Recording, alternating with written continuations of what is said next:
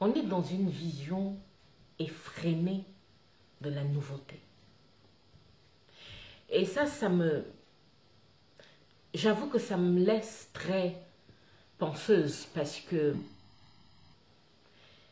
on a l'impression que les gens n'arrivent pas à vivre ce qu'ils sont, comme si ils essayent de fuir ce qu'ils sont pour vivre une forme d'expectative du futur, du nouveau, de l'avenir. Un avenir malheureusement qui est incertain aujourd'hui à cause du fait que nous-mêmes, nous ne sommes pas que les destructeurs de notre propre avenir personnel à cause des choix que nous faisons. Nous sommes aujourd'hui malheureusement les destructeurs de notre planète. Comment expliquer que des personnes ont vécu avant nous 150 000 ans, 100 000 ans? Ces personnes ont atteint des formes de richesse que vous ne pouvez pas imaginer. Des bâtisseurs ont construit des choses incroyables. Bon, on les connaît, la civilisation égyptienne est la dernière, mais que dire de l'Empire du Mali qui avait à l'époque, que dire des morts, que dire de plein d'autres civilisations. On le sait, les Olmèques, les Toltecs avaient atteint une apogée incroyable, avaient découvert le monde avant nous. 150 000 ans, 100 000 ans. Nous, notre civilisation, la civilisation occidentale, la nouvelle civilisation, puisqu'on parle de nouveauté, 2000 ans. On entend que la planète, nous sommes en train de la détruire. Je ne sais pas, revenez un peu en vous-même et posons-nous la question. Il y a forcément, et quand je dis forcément, c'est indubitable, il y a un socle, il y a des règles, il y a des principes, il y a des connaissances, des compréhensions que nous n'avons pas, qui viennent de là, puisque tout ce que nous disons être nouveau est malheureusement basé dessus. Vous pensez qu'aujourd'hui, la médecine, la pharmacologie se base sur des plantes. Hein? Ce n'est pas une génération spontanée comme ça. Ça se base sur des plantes. Les mathématiques, les grands mathématiciens qu'on connaissait, des mathématiciens grecs, ont appris ce qu'ils ont appris en Afrique, chez les Égyptiens, chez même d'autres anciens. La science aujourd'hui vogue à l'aveugle. Hein? Nous avons des scientifiques qui nous sortent des théories alambiquées, des théories qui... Et malheureusement, justement, une chose que les anciens avaient compris, c'est que quel que soit ce qu'on vous dit, si vous ne pouvez pas vérifier la théorie du résultat en vous, sur vous, ça veut dire qu'en tout cas, en ce qui vous concerne, cette théorie-là ne fonctionne pas.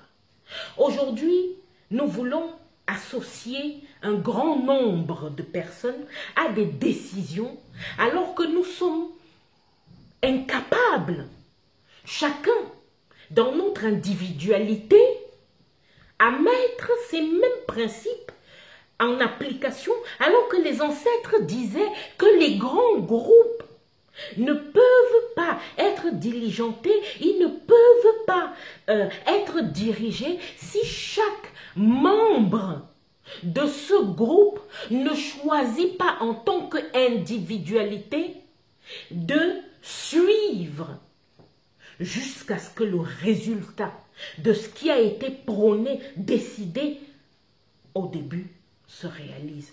Vous vous rendez bien compte qu'on a loupé quelque chose. Aujourd'hui, dans la mode, nous avons des vêtements que moi, je me souviens, j'ai vu ma mère porter. Il y a des vêtements qui sont arrivés dans ma génération. Je me souviens à l'époque, ma grand-mère disait avoir porté ça à son époque, mais on vous le vend comme une nouveauté. Pourtant, c'est quelque chose d'ancien. Est-ce que vous vous rendez compte dans quelle forme presque d'aliénation nous sommes rentrés? Nous sommes dans la fuite du passé. Nous fuyons le passé, mais nous vivons en même temps dans ce passé-là. C'est-à-dire que on passe notre temps tous les ans à fêter l'histoire de notre pays. Là, l'exemple, la France. On fête la fin de la Deuxième Guerre mondiale. On fête certaines choses, la Révolution française. On fête plein de choses. Mais quand il faut revenir sur les bases, en ce qui concerne la cuisine, la santé, ce qui était réellement la connexion entre les êtres humains que nous sommes perdus. Nous ne savons plus ce qui se passe, comment, pourquoi. Nous nous accrochons sur des scientifiques et autres, et nous ne sommes pas prêts à vérifier cela parce que tout simplement, nous n'avons plus le temps de le faire. Nous sommes pressés, tout est rapide et il n'est pas question de s'arrêter 2 secondes pour se poser les bonnes questions. Et à force, on dit en Afrique que c'est une forme de bêtise et de stupidité que de scier la branche sur laquelle on est assis, sachant que en dessous il y a la jungle et que si cette branche tombe, eh ben, on se retrouve livré aux léopards et tout le reste. Et aujourd'hui, nous en déplaise. Ne nous en déplaise, c'est ce que nous sommes en train de faire. Parce que nous faisons partie de la planète. Oui, on va dire, ce sont les dirigeants, c'est tel, mais la réalité est que c'est un processus de destruction qui a commencé dès l'instant où on a pensé qu'on pouvait prendre des bribes d'informations, pas dans leur totalité, mais des bribes, et vouloir juste démontrer que nous sommes des enfants qui pouvons être précocement intelligents, mais pas sages, intelligents. Et ce manque de sagesse aujourd'hui nous met dans une situation où on se plaint tout le temps, en disant qu'il y a des grands qui bouffent les petits, en disant qu'il y a trop d'impérialisme, en disant que même la science de l'argent, parce que c'est une science, la science de la gestion, la science du donner et du recevoir. On parle de spéculation alors que nous spéculons depuis la nuit des temps en nous déplaçant nos bateaux pour aller chercher du cumin à l'extérieur, pour aller ramener du plantain ou autre chose. On dit oui, mais il ne faut pas ouvrir les frontières. Mais on l'a fait. Dès l'instant où on est parti de chez nous pour aller chercher d'autres choses ailleurs, nous avons ouvert les frontières.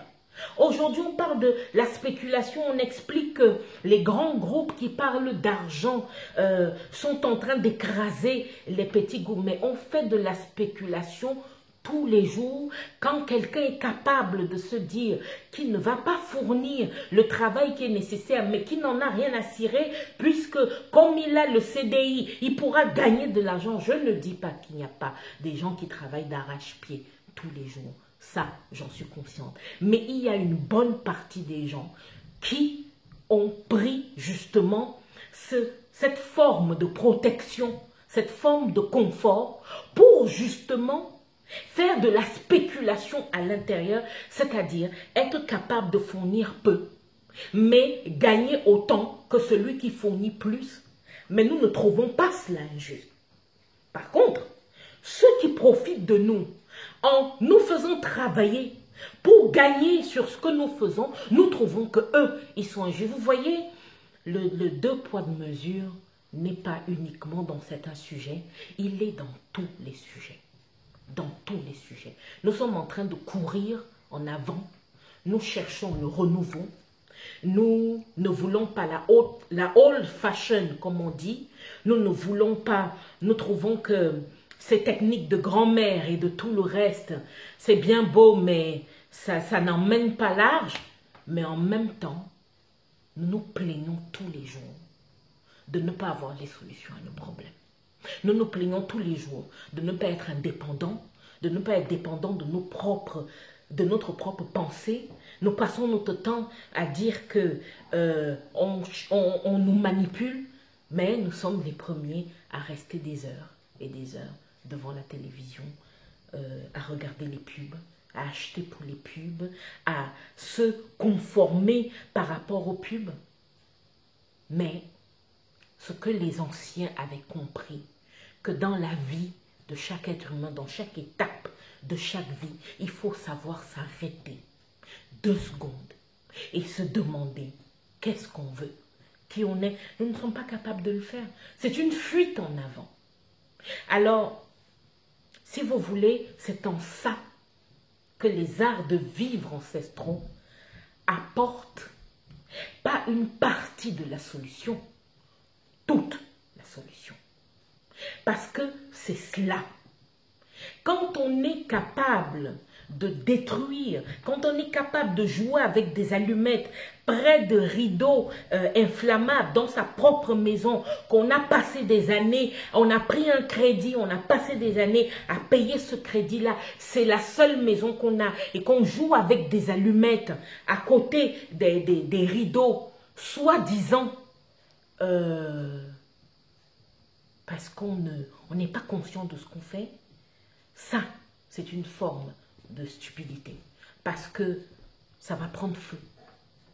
Ça va brûler. On va perdre cette maison. Pourquoi? Qu'est-ce qui fait qu'on n'arrive pas à sous-peser? Qu'est-ce qui fait qu'on n'arrive pas à se dire, avec tout ce qu'on a, c'est quand même idiot d'être en train de détruire la planète parce qu'on aura fini tout ça. Les richesses, les voitures, les maisons, les beaux vêtements et tout le reste, il n'y aura plus rien parce qu'on ne sera plus là. Je ne sais pas si... Je veux que vous compreniez la profondeur de cette inconscience interne dont nous faisons tous écho et dont nous dansons dessus gaiement, comme si on est devenu complètement schizophrène, complètement timbré, et qu'on ne comprend pas les fondements même de notre propre bonheur et les règles de notre réussite. Moi, je trouve ça effarant et c'est pour ça. C'est pour ça que je vais continuer et je vais m'y appliquer de plus en plus, à montrer ce que c'est que les arts de vivre ancestraux. Je vous ai dit plusieurs fois, je suis le seul maître en arts de vivre ancestraux actuellement dans le monde. Il y a des raisons pour ça. Je m'y étalerai plus sur ces raisons dans d'autres vidéos. Mais vous comprenez bien qu'aujourd'hui, si on en est là, n'en déplaise, et c'est juste, c'est 1 plus 1 font 2, si on en est là, c'est qu'on n'a pas compris. C'est ça, la théorie du résultat. Quand vous n'arrivez pas à avoir le résultat pour lequel vous travaillez, c'est que vous ne travaillez pas. C'est aussi simple que ça. Qu'importe la forme que ça prend, qu'importe le temps que ça prend, qu'importe les règles que vous voulez utiliser, s'il n'y a pas le résultat pour lequel vous travaillez, c'est que vous ne travaillez pas et travaillez dans la mauvaise direction ou à contre-courant des résultats que vous voulez. C'est pareil que ne pas travailler. C'est aussi simple que ça. Donc, si vous voulez, les arts de vivre ancestraux sont tellement fondamentaux que éviter cela, c'est une fuite en avant et qui n'apporte rien. Mais revenir à cela, essayer de trouver un équilibre en comprenant ce que c'est, alors là, on a beaucoup plus de chances, quel que soit l'endroit où on est, quels que soient les dégâts qui sont déjà faits, on a beaucoup plus de chances d'inverser complètement la vapeur et de changer tout. L'erreur est possible, mais avec de la conscience avec de la présence, c'est-à-dire accepter que ces résultats-là prouvent qu'on n'a pas compris les règles et les bases fondamentales, que ceux qui ont vécu là 150 000 ans avant, 100 000 ans avant, 50 000 ans avant ont compris, c'est que visiblement, on dit souvent qu'au pays des aveugles, les borgnes sont rois, sauf que ça ne met jamais long feu. Parce que finalement, quand on est borgne, et quand on ne voit pas les bonnes choses, on finit par devenir aveugle. Ici, on est tous aveugles alors. On a scellé quelque peu le destin de la suite. Voilà. Vous voulez, c'est en ça que je suis sur les arts de vivre ancestraux et que je dis que c'est dans cette direction qu'il est nécessaire et on n'aura pas le choix. Vaut mieux le prendre, ce choix. Vaut mieux s'en amouracher, vaut mieux l'accepter, ce choix, et d'aller dans cette bonne direction et de renverser la vapeur et de changer les choses de nous-mêmes sans y être obligés, parce que nous connaissons tous. On a vu ça dans plusieurs... On dit qu'il y a eu les dinosaures et ensuite il y a eu quelque chose qui s'est passé et les dinosaures ont disparu. Dans certains livres, la Bible, tout le reste, on vous explique qu'il y a eu le déluge, il y a la planète de toute façon. À un moment donné, si elle nous considère comme des parasites, c'est-à-dire qu'on sera allé beaucoup trop loin, elle prendra des mesures. Ce n'est pas elle qui va disparaître, il faut quand même être conscient. Ce n'est pas elle qui va disparaître, elle va nous faire disparaître et elle va recommencer un autre processus à zéro. Alors, la vraie question est, est-ce qu'on a envie de faire partie encore de cette planète? Si c'est le cas, c'est à nous de changer les choses, de renverser la vapeur, parce que c'est une question de vie ou de mort, tout simplement. Voilà. Et il faut en être conscient et ne pas l'être. Malheureusement, ça ne nous aide pas. Voilà. Voilà ma réponse à votre question.